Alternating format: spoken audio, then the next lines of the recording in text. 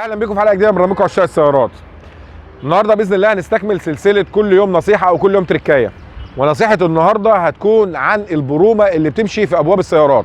اغلبنا فجاه بنلاقي في برومه ظهرت في المنطقه دي، او ان تلاقي الصاج بتاعك حصل فيه صدأ او تآكل في المناطق اللي هي هنا دي، او المناطق الداخليه بتاعت اللحام الداخلي بتاعت الابواب دي. بتيجي من ايه وازاي نتلافاها؟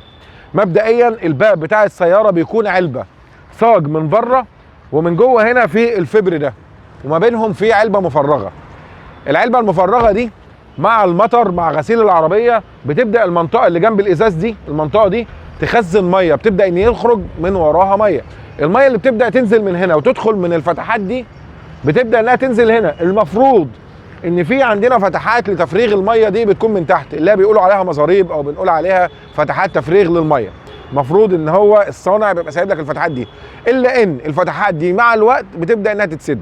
فلو اتسدت معاك تبدا ان انت تخلي المنطقه دي عباره عن علبه مليانه ميه وانت مش داري بيها ومش هتاخد بالك منها اصلا. العلبه دي وقت ما اتملت ميه ومع الشمس والحر والهواء تبدا ان هي تاكل في البويه الداخليه. البويه الداخليه او البطانه بتاعت السيارات غالبا بتكون اضعف بكتير من الطبقه الخارجيه، لان المفروض انها مش هتتعرض لنفس الظروف الجويه اللي بتتعرض ليها البويه الخارجيه.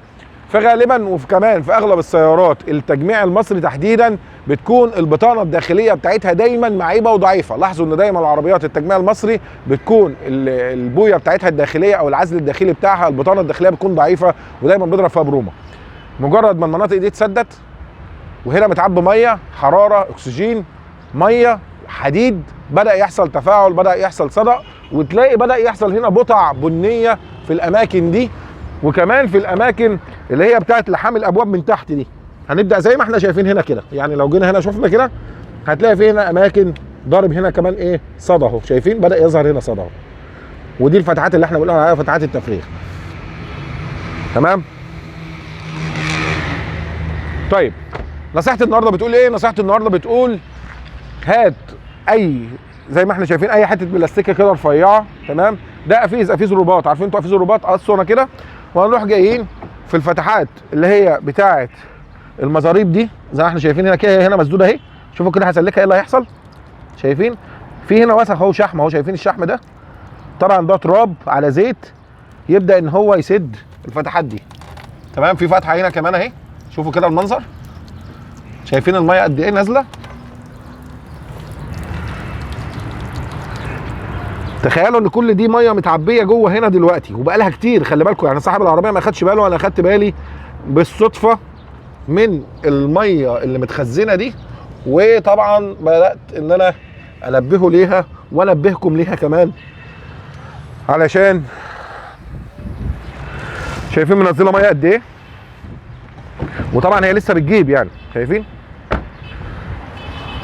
ما تعملهاش بحديد، يعني ما تعملهاش بمفك عشان ما تجرحش البويه الداخليه فتزود المشكله. دايما حاجه بلاستيك، حاجه ايه ناعمه. شايفين بقى الزيت ده مع التراب عمل شحم ده سد الفتحات خزنت ميه وبقت العلبه دي كلها ميه، وتبدا ان احنا زي ما قلنا ان هي تعمل صدأ او برومه او تآكل للصاج الداخلي. دي كانت نصيحتنا النهارده. انزل دلوقتي بعد ما تتفرج على الفيديو ده وانزل سلك المزاريب او المجاري بتاعه الميه اللي موجوده في الاربع ابواب بتوع عربيتك.